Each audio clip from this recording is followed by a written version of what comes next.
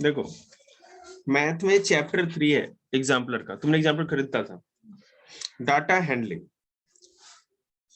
इसमें इसका सोल्यूशन मैं आप लोग को भेज दूंगा वैसे, ठीक है।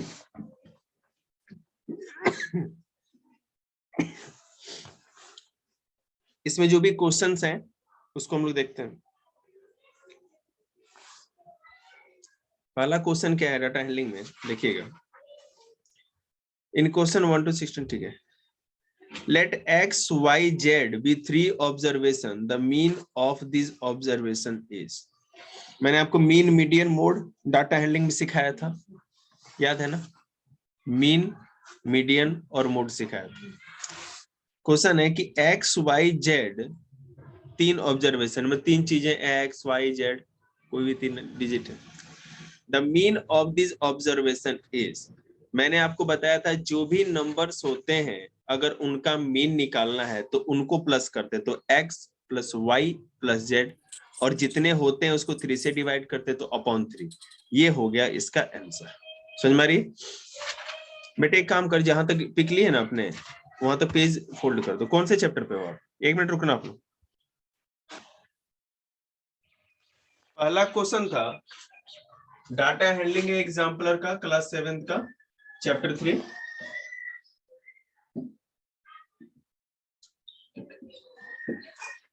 हमने आपको बताया था कि x, फर्स्ट क्वेश्चन कह रहा है कि x, y और z 3 ऑब्जर्वेशन है, ठीक है, 3 डिजिट से।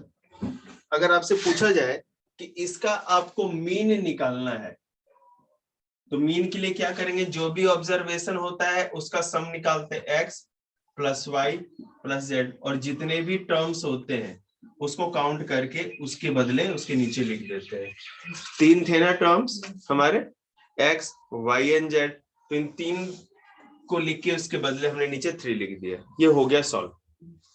It is the mean of these 3 observations.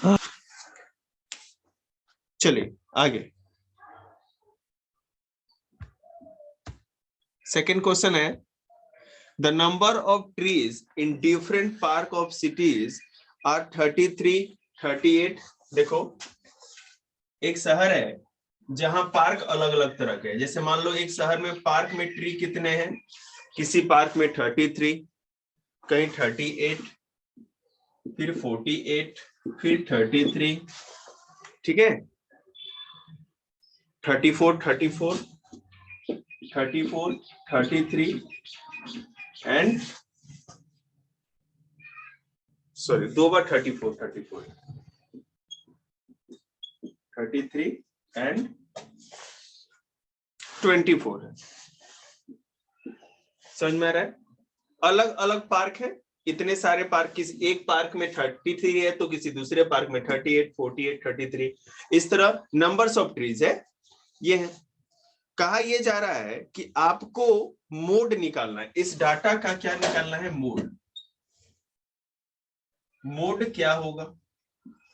अब मोड निकालने के लिए हम क्या करेंगे? Mode is the observation that occur most frequently in the data. Mode में ये होता है कि सबसे ज्यादा बार इसमें कौन सा डाटा आया है। तो देखो 33, 33, 33, ठीक है, 3 टाइम्स है, और तो नहीं आया ना। 34 केवल 2 ही टाइम्स है। It means mode is equal to 33 is the answer, simple. जो किसी भी डाटा में सबसे अधिक बार आता है उसको उसका मोड कहते हैं, ठीक है। क्लियर होगा? कोई दिक्कत किसी को? ओके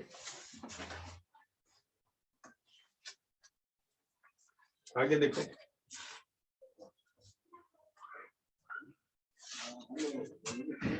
उसके बाद अगला क्वेश्चन है which measures of central tendency get affected the extreme observation on both the end of a data arranged in descending order are moved, ठीक है। which measures of central tendency get affected if the extreme observation on both the ends of a data arranged in descending order are removed।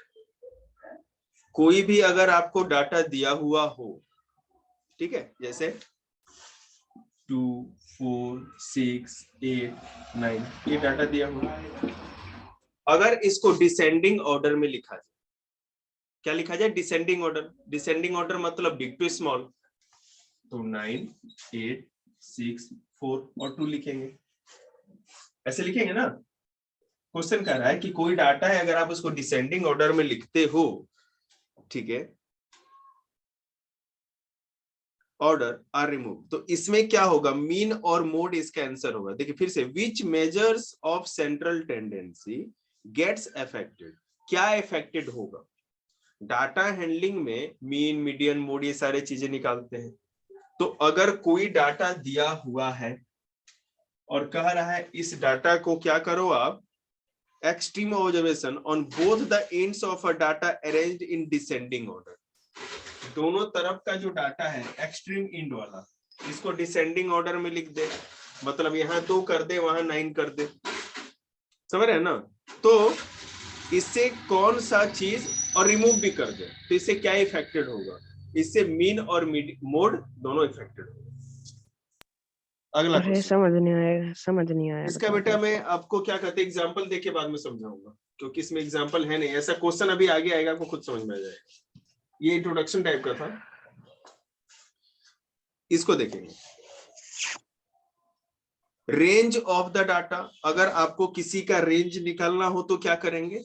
जैसे देखो 21 6 17, ठीक है, 18 12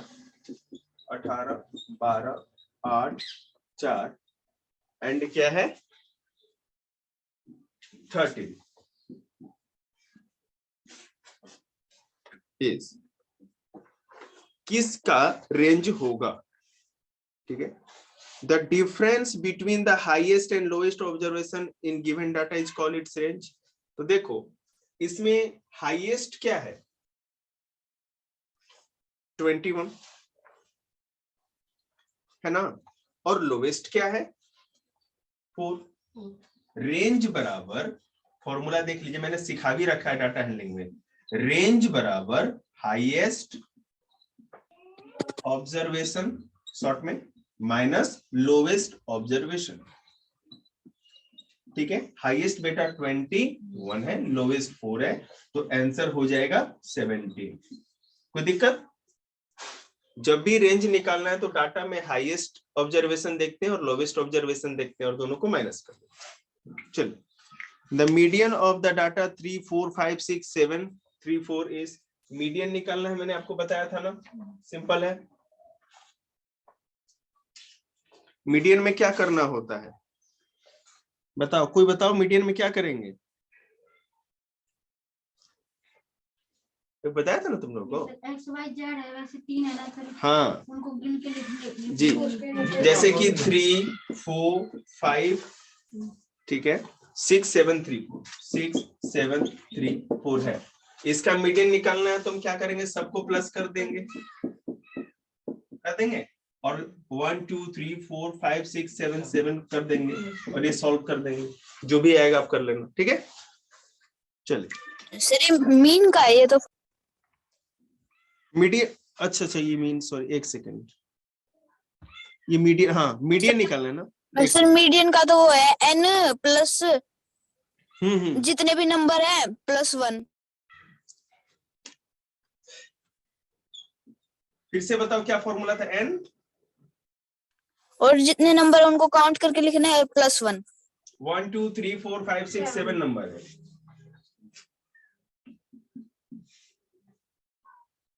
इस तरह। Sir upon 2 है शायद से। कौन सा 2 है? सर अपॉन में 2 लिखना है।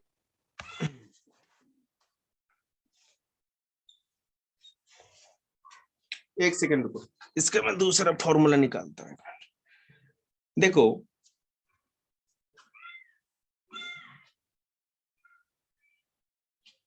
देखिए, इसमें मीडियन के लिए हमको एक्चुअली इतना ज्यादा दूर जाना भी नहीं है। इसका देखो सबसे अच्छा फंडा क्या है, आप ये जितने भी नंबर देख रहे हो ना, फिर से मैं लिख देता हूँ, उस फॉर्मूला को इसमें यूज नहीं करना है, ठीक है। आप या तो इसको असेंडिंग ऑर्डर में लिख दो या डिसेंडिंग ऑर्डर। हम डिसेंडिंग ऑर्डर में लिख देते हैं 7 6 5 4 4 3। सर मेरे सर स्क्रीन ग्रीन आ रही है, एक बार मैं रीस्टार्ट करके आ रहा हूँ। कर ले जो है, ठीक है। तो इसमें मिडिल टर्म क्या आएगा, इधर भी 3 है इधर भी 3 है, बीच में क्या आ गया 4। 4 इज द मीडियन, बात खत्म, ठीक है। सर अगर ये नंबर लाइन अगर इवन नंबर में, हाँ तब वो फॉर्मूला हम लगाते, ठीक है। यहाँ पर ऑड है ना, जैसे कि दोनों तरफ अगर मान लीजिए कि जैसे 7 है तो 3 3 दोनों तरफ हो गया, 9 रहेगा तो 4 4 दोनों तरफ रहेगा, बीच में वो टर्म आ जाएगा फिफ्थ वाला, इस तरह से। अगला क्वेश्चन उसी तरह का है, चलो।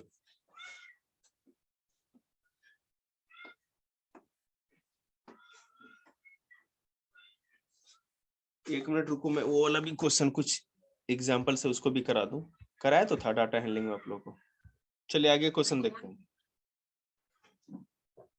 अगला है out of 5 brands of chocolates, ठीक है।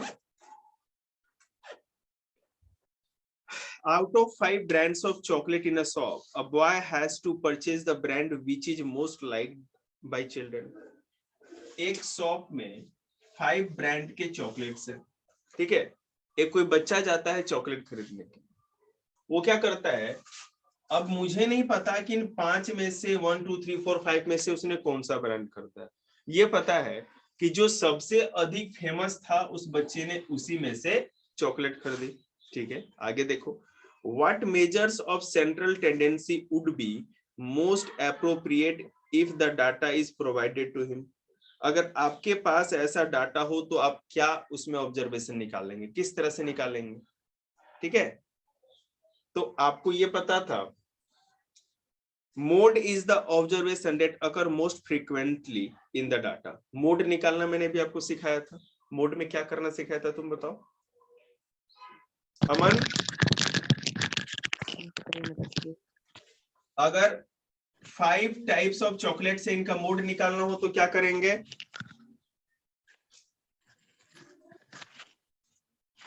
मतलब 1 2 सर इनमें जो पूरे में सबसे ज्यादा होगा उससे मोड, वो मोड जो सबसे ज्यादा बार आता हो। हाँ सबसे ज्यादा बार आता है, ठीक है। तो मतलब इसमें जैसे देखो क्वेश्चन का कहने का मतलब था कि 5 टाइप्स ऑफ चॉकलेट है आपके पास, ठीक है। फिर से सुनो, out of 5 brands of chocolate in a shop, सबसे अधिक बार है ना, जो चॉकलेट ज्यादा फेमस होगी, ज्यादा बच्चे पसंद करते होंगे, उसकी बिक्री भी तो ज्यादा होगी ना। तो मान लीजिए ला दे, आप लोग म्यूट करके रखे अपने आप को, ला दे नहीं बे दस्ती बे।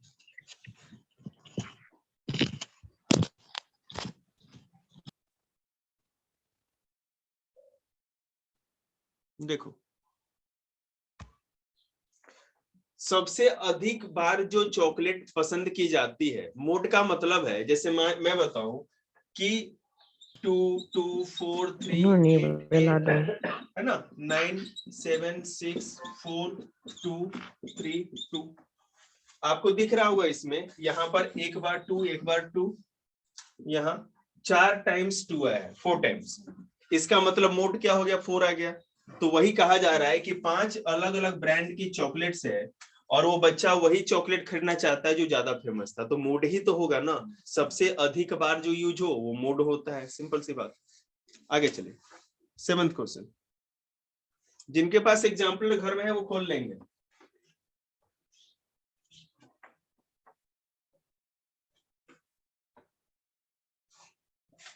देखिए, there are 2 aces in each of the given set of cards placed face down. From which set are you certain to pick the 2 aces in the first go?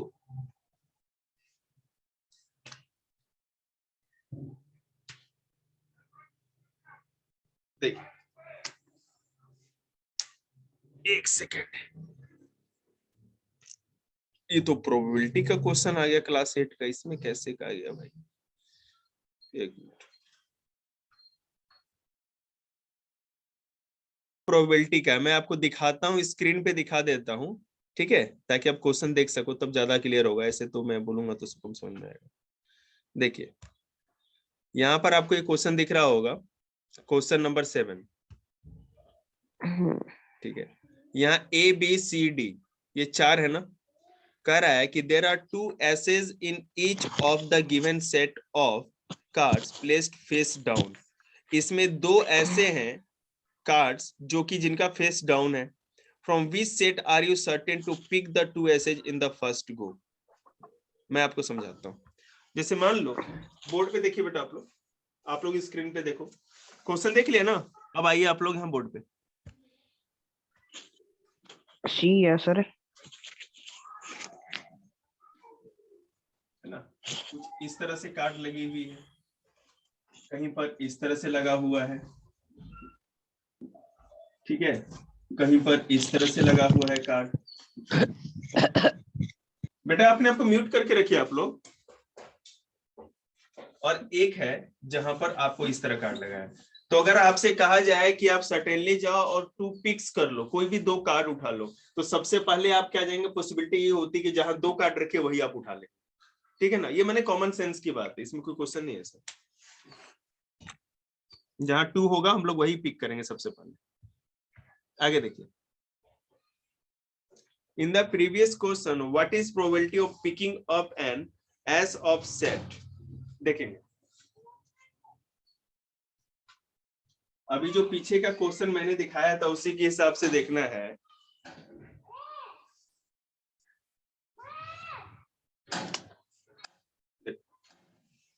Possibility किस तरह निकालेंगे।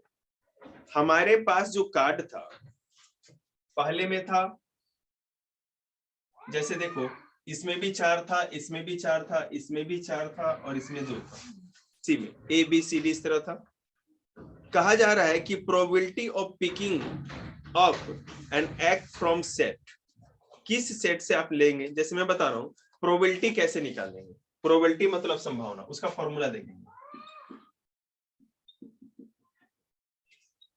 कार्ड्स की जो प्रोबेबिलिटी होगी वो क्या होगी, probability of picking up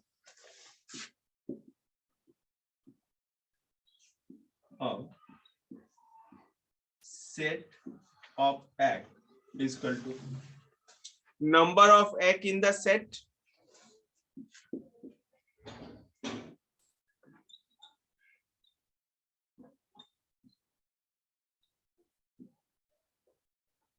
एक egg में कितने कार्ड्स हैं, ठीक है, पहली बात। और दूसरा total number of cards in the set, total number of cards in a set. एक तो पहले एग कितने थे, टोटल एग कितने, 4 थे ना, 4 अलग अलग कॉलम बने हुए थे। और एक एग के अंदर कितने नंबर ऑफ कार्ड्स थे, तो इसका होगा 2/6। देखिए वो किस तरह से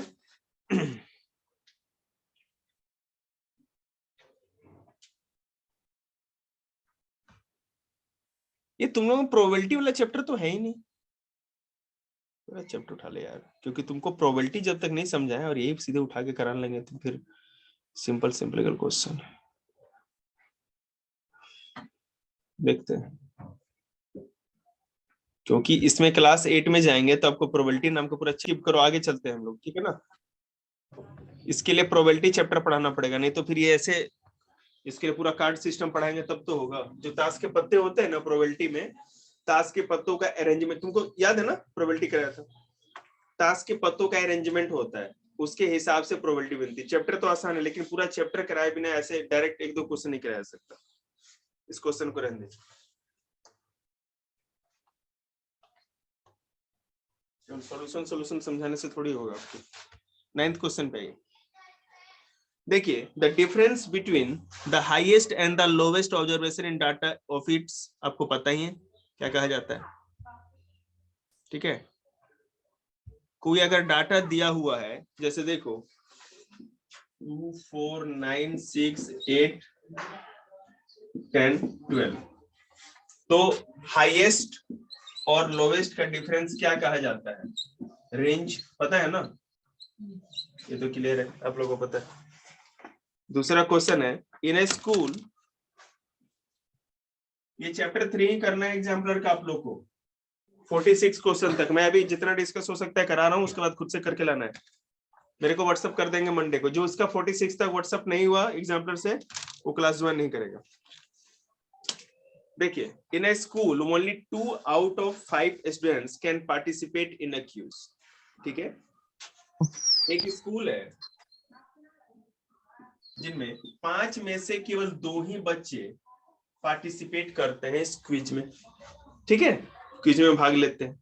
what is the chance that a student picked at random makes it to the competition?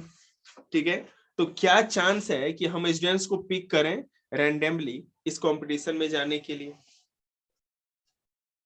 तो देखो बेटा क्या है,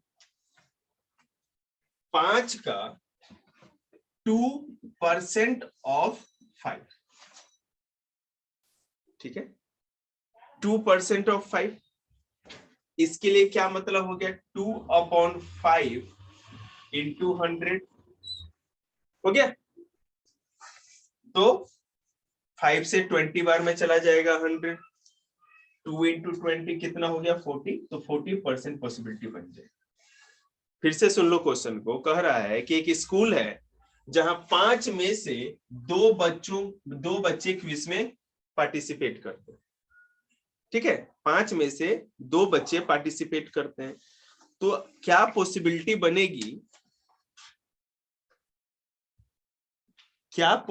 बनेगी, कि what is the chance that a students picked at random makes it to the competition? तो इसमें से कितने परसेंट बच्चे, ऑप्शन में दे रखा है आंसर आपका परसेंटेज में, कि कितने परसेंट बच्चे पार्टिसिपेट करेंगे। तो 5 का 2%, 2% ऑफ 5 निकाल देंगे तो हमारा आंसर आ जाएगा। ठीक है ना?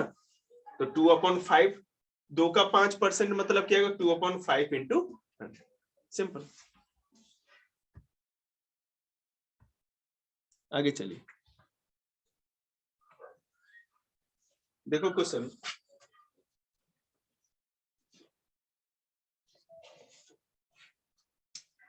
सम integers are marked on a board. देखिए, सम इंटीजर्स है 0, बोर्ड पे आपको कुछ मार्क्ड है 0, 15, -11, -17, ठीक है, 6, +20 और माइनस।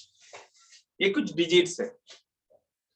क्वेश्चन कह रहा है what is the range of this integers? इसका रेंज, तो सबसे बड़ा क्या है? +20, और सबसे छोटा क्या है? -17। मारेंगे -17 हो गए।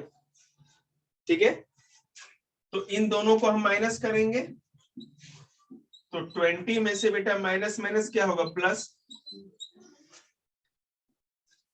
तो क्या नंबर बन के आ जाएगा? 37। 37 is the range. In digits का रेंज निकालना है, तो +20 मतलब कि सबसे बड़ा, और माइनस में जो सबसे बड़ा होगा वो ले लेंगे। ठीक है बेटा, यहां माइनस करना है, -17 पढ़ लेता, तो माइनस माइनस प्लस हो गया, तो 20 और +17 क्या हो जाएगा? 37।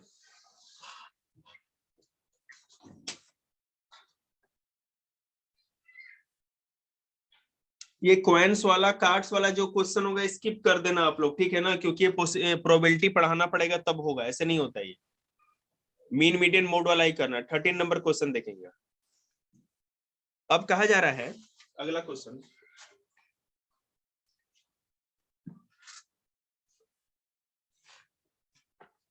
The mean of 3 numbers is 40। ठीक है, 3 कोई नंबर है, हम x, y और z मानते हैं, वो है 40, कुछ भी मान लीजिए। All of 3 numbers are different natural numbers, natural numbers है। ओके, ठीक है, कुछ भी हो सकता है। इफ लोवेस्ट इज 19, अगर इसमें से 3 नंबर है, सबसे छोटा अगर 19 है, what would be highest possible number of remaining 2 numbers? तो इनमें से जो 2 बड़े नंबर हैं उनमें हाईएस्ट क्या होगा? देखो अब इसको सॉल्व करने का तरीका, फ्रॉम द क्वेश्चन जो हमें दिया हुआ है 3 नंबर्स का मीन 40 है, लोएस्ट नंबर हमारा 19 है ना। तो देखो हम क्या करेंगे, यहां पर इसको x और y मान सकते हैं, p या q मान सकते हैं, हो गया इक्वल टू 40। अब देखो या हम ये कह सकते हैं मीन बराबर x plus Y plus 19 upon 3, तो 40 बराबर क्या होगा x plus Y plus 19 upon 3, ठीक है। अब देखो हमने क्या किया, ये डिवाइड है ना 3, इसको इधर लेके चले जाएंगे तो 40 के साथ क्या होगा, ये हो जाएगा मल्टीप्लाई, और x प्लस वाई प्लस 19 का 19 रहा, ठीक है। अब यहां देखो 40 plus 3 120 equal to x plus Y plus 19, अब 19 प्लस में था तो इधर ले आएंगे तो माइनस हो जाएगा ना, तो 120 minus 19 equal to x plus y, ठीक है। आ रहा है समझ में, तुम्हें आ रहा है? okay. उसके बाद देखिए इसका आ गया कैलकुलेशन, तो 120 में से अगर 19 माइनस करें तो 101 आ जाएगा, 101 बराबर x प्लस वाई होगा ना, या x प्लस वाई बराबर 101, ये क्लियर हो गया। देखिए क्या दिख रहा है आपको, फिर से समझ लीजिए पहले सर एक उसके बाद बार आगे और बता दो। बेटे आप ध्यान दो, मैं फिर से रिपीट कर रहा हूं, अपने आप को म्यूट करके रखो। 3 हमें पता है कि मीन क्या होता है, जितने भी नंबर्स होते हैं। अब देखो ये कहा जा रहा है कि 3 नेचुरल नंबर है जिसका मीन 40 है, बराबर 40, तो x प्लस वाई और सबसे लोएस्ट नंबर 19 है वो लिख दिया, तो 2 नंबर पता नहीं तो x और y मान लिया, सबसे छोटा नंबर 19 है तो 19 रख दिया और ये अपॉन 3 हो जाएगा। ऐसे करते हैं, 3 डिजिट है तो उसके नीचे करेंगे ना, मीन निकालेंगे, मीन बराबर x plus Y plus 19 upon 3, mean दे रखा है 40 तो x प्लस वाई प्लस 19 बट्टे 3 हो गया। अब ये 3 था डिवाइड में, तो इसको इधर लाएंगे तो मल्टीप्लाई हो जाएगा, तो 40 से 3 मल्टीप्लाई हुआ तो 120, उसके बाद x प्लस वाई प्लस 19, उसके बाद ये 19 नंबर था, इसको इधर लाएंगे, वो प्लस में था तो माइनस हो गया, तो 101 बराबर x प्लस वाई या x प्लस वाई बराबर 101, बात तो बराबर हो गया, यहां तक समझ में आया आपको,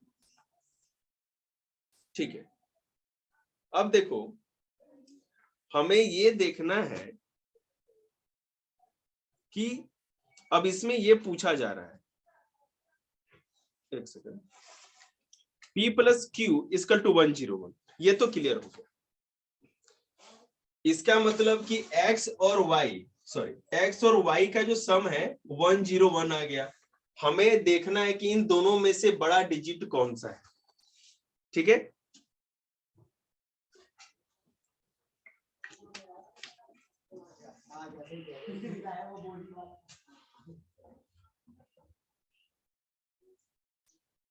देखो यहां पर क्या है कि हमको डिजिट्स ऑप्शन में दिए हुए हैं, ठीक है, तो हमको उसी हिसाब से चलना है।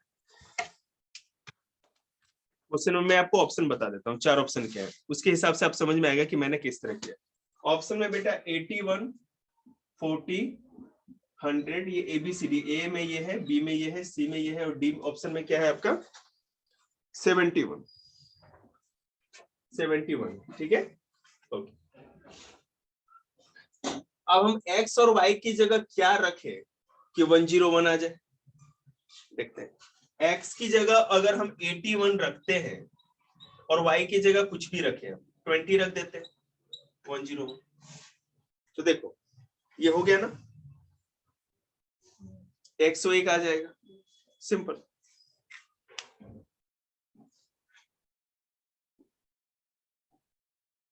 Therefore the highest number is 81. देखते हैं अगला क्वेश्चन। आपको इस ऑप्शन के हिसाब से चलना था।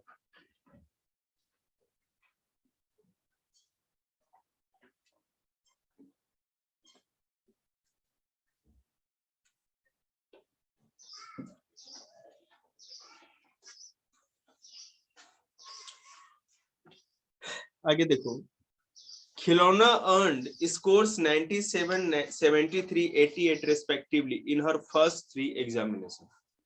खिलौना नाम की कोई लड़की है, उसने 97, 73, 73, ठीक है, और 88 नंबर पेपर में लेके आई।